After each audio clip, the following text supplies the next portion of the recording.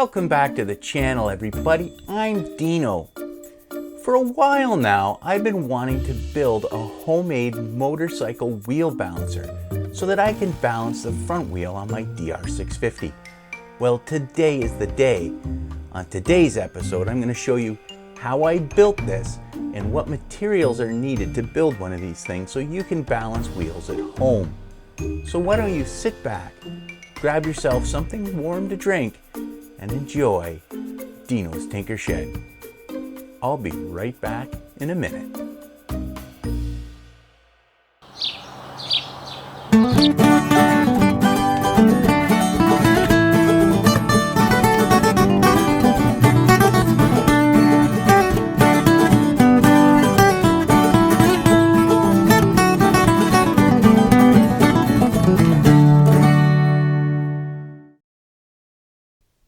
The question that might come to mind right away when I say I'm going to build a wheel balancer is, why would you ever want to build one when you can buy one relatively inexpensive, either on Amazon or someplace like Harbor Freight in the US?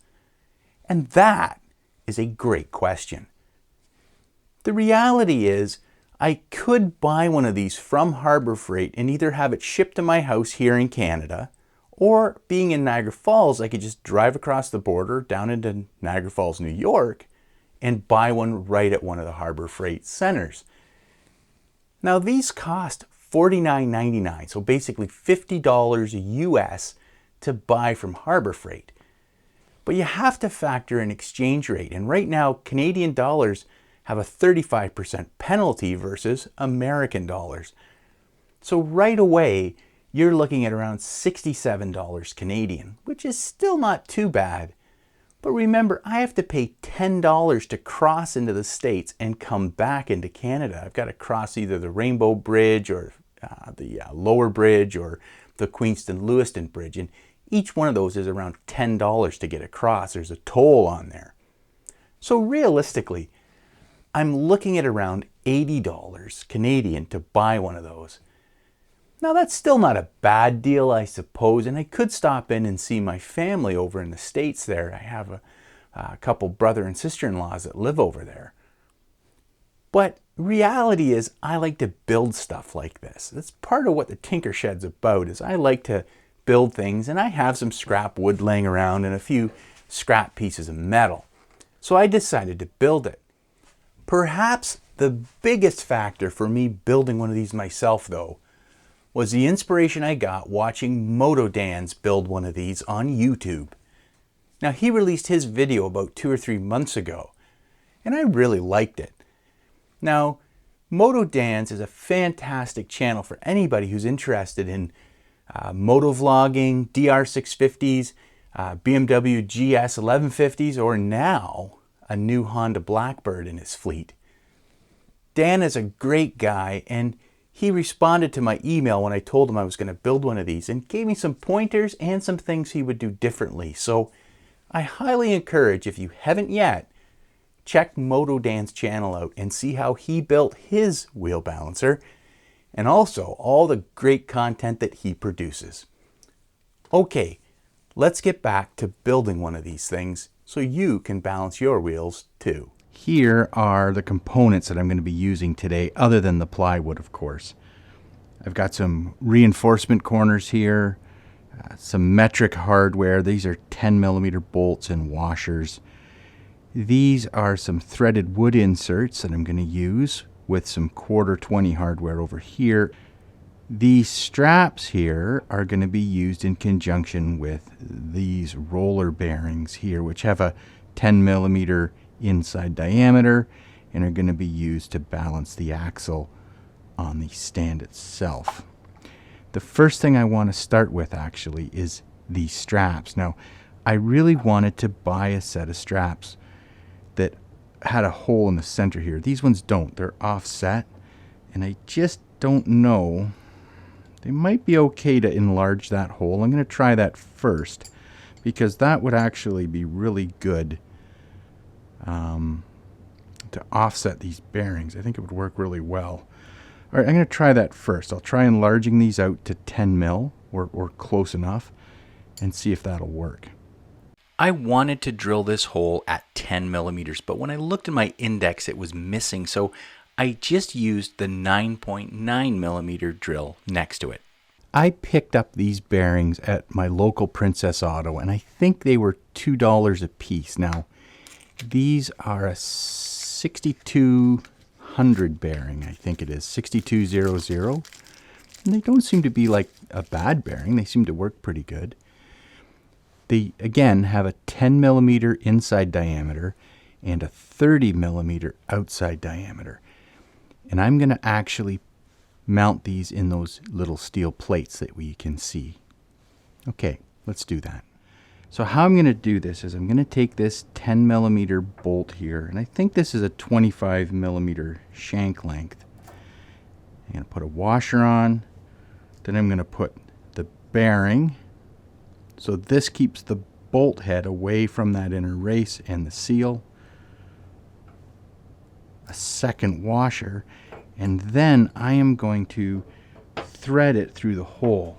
But the way I want this is I want them so they're opposing. I want to make sure that I put this in from the opposite side. And because I drilled a 9.9 millimeter hole, this actually threads in. It's nice and tight here.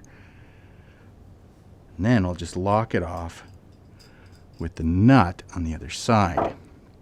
Now I'll be able to put these close enough together and get a really precise fit. Should be pretty good. Here are our two pairs of rollers. And you can see I'm going to be able to get these really close together. I want to measure this width, and this is going to tell me how wide my boards have to be at the top. I'll be able to put them in and adjust them slightly to get a nice, even distance between the two bearings so that when the axle goes in there, it'll ride really, really nice. For the actual uprights, sort of the forks that are going to support the wheel while we're balancing it, I'm going to use these two pieces of 3/4 inch plywood that I have here. Now, one of them's a little longer than the other here, so I need to cut it to length, width. So I'm going to do that on my table saw. I realize not everyone has a table saw, so you could do this with a jigsaw or a circular saw, or you could just use dimensional lumber that you buy at the lumber store to do the same kind of thing. But I've got the tools, so I'm going to do it on the table saw. So the width that I have cut here is 5 3/4. I want to get it down to 2 3/4 in the middle at the very edge. So that means I need to come in 1.5 inches on each side here and here, and that will give me the 2 3/4 inches that I need to ultimately center up these bearings like this. There's what I want them to look like, and that will give me a really good tight fit here. They'll be parallel. It should work really, really well. I've gone ahead and used a square and a wrench to square up the bottom of this nut on all of these bearing supports. What this will do is when I register it on the top of the wood, it'll give a uniform height to the center point of that bearing. Then I can just fasten it down in these holes here, and it all should hold very, very well.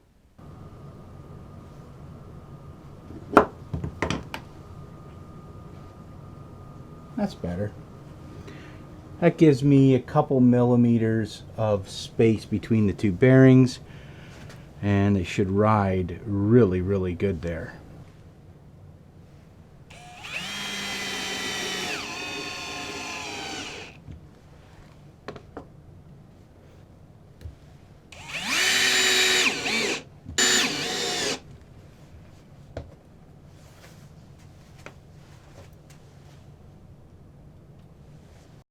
Because those main bearing straps moved, I'm going to actually use my table saw's rip fence here to ensure that these brackets stay square and flush with the bottom of the plywood forks. I'll line them up, drive the screws home, and they should work really well.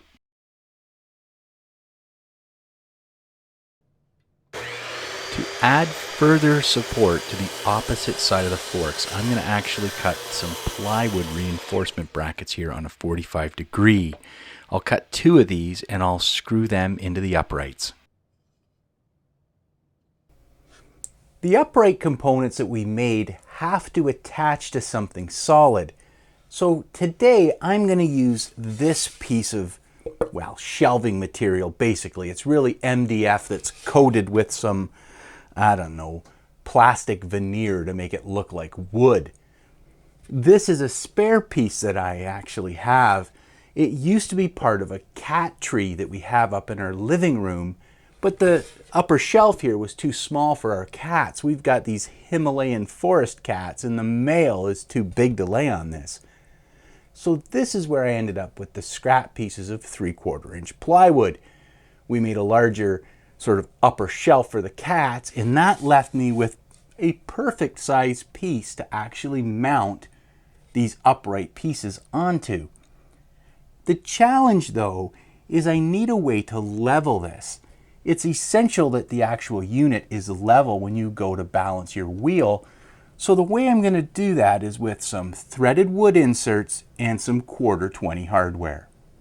What I want to do is I actually want to drill a hole through 4 corners, all 4 corners of this piece of wood, and then I want to use this 1/4-20 hardware as leveling jack. So I want it to go through, and that way I can adjust all 4 corners with these nice fine points on these 1/4-20s. I could probably just drill a very tight hole here, and the threads on the 1/4-20 hardware would most likely work for a while and support the weight of the overall device and tire. I don't want to take any chances though.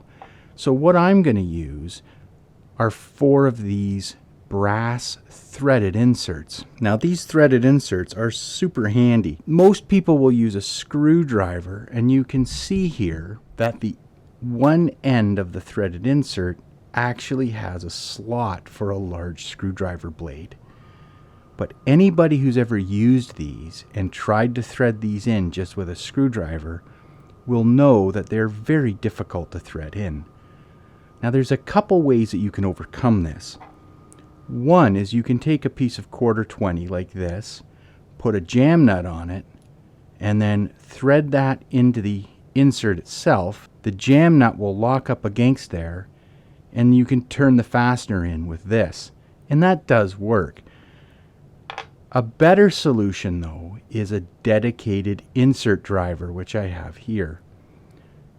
You thread this on, and now using the drill you can precisely thread this into the hole that you're going to drill, and then you basically just unthread this.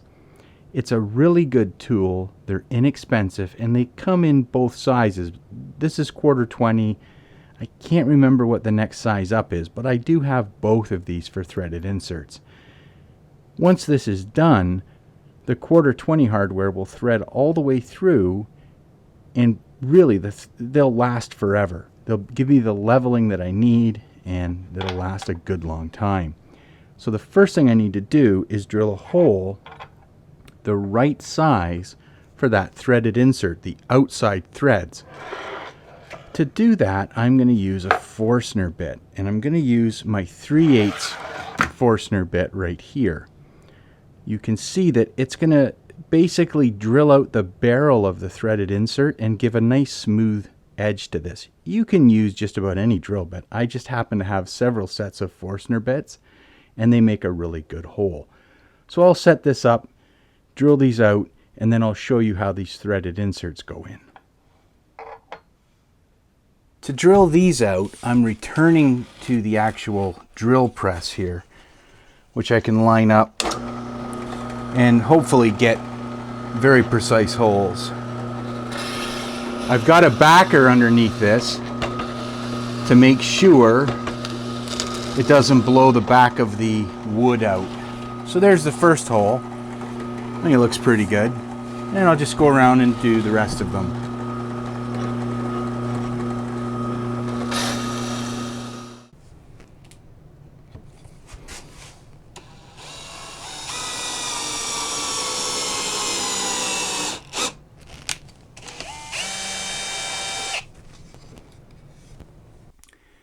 Again, for these bolts, I'm going to use 1/4 20 hardware. It's fairly standard. This is a 2.5-inch long, all threaded bolt, and it's covered in a little bit of stain, wood stain, which I think is going to act a little bit like Loctite and help hold those in. Now, these are reclaimed bolts. I've got quite a few of them, and I've had these probably for 20 years. My late father-in-law, Frank Costanzo, gave me these, and he was an advocate of holding on to stuff like this because you never know when you're going to need it. I miss my father-in-law a lot, as much as I miss my own father, who passed away a number of years ago. So anytime I can use something that he gave me, well, it gets me a little bit choked up. So let's get these into this piece of wood.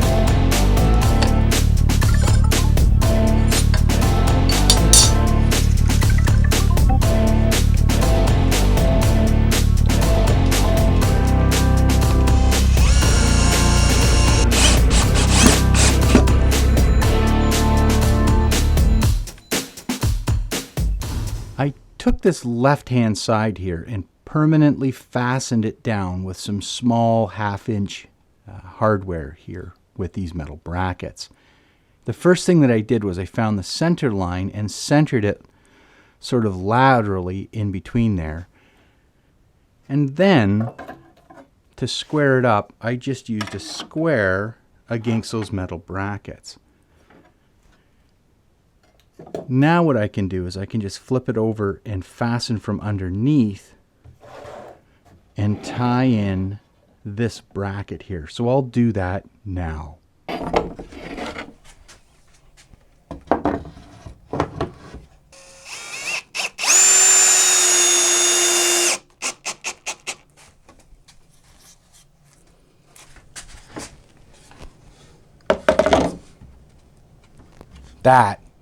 That is good and strong. When you go to buy one of these wheel balancing units, they will come with a new precision ground axle and bearing cones that go from either side and center the actual hub of the wheel itself and make sure that it's true. What we're going to do is we're actually going to utilize the stock axle that goes through the wheel currently. I mean, it fits perfect. It's machined to fit. It's perfectly true. But the difference is we're not going to have those adjusting cones that come on a commercially available unit. However, we need to know how wide to space our wooden forks so that those bearings will register on the axles and not be too wide so they don't fit. Now to do this, I'm just going to reach through the brake rotor here and get a rough measurement of how wide the hub is, because it's actually wider than the front tire. Now it looks to me like it's around 4.5 inches or around, I don't know, 11 or 12 centimeters. So I think if we set the measurement at around 5 3/4 inches, it'll be plenty close enough to catch the axles on either side and not too narrow so that it'll hit either the rotor or whatever. So that's what we'll do, is we'll space them out, fasten them in, and then when we go to actually balance this in the next episode, we'll pull this axle right out. Okay, let's get that done. Well, that finishes that up, and it brings us to the end of today's episode on how to build a homemade wheel balancer, and I really hope you did enjoy it. Now, this is a fairly simple project that I think pretty much anybody could tackle if you just have some scrap pieces of plywood, a few pieces of hardware, some metal, and you can run down to the store and get a few bearings. And you don't have to do it exactly the same way that I did. In fact, that's sort of the whole point of tinkering, is you make it your own. It's about inspiration, not replication. And I hope I've inspired you to tackle this job yourself. Now, if you liked it, by all means, leave a comment down below. I love to read the comments. And if you built one of these things yourself and you have some pointers, please leave them in the comments for both myself and others to read so that they can incorporate that into their designs.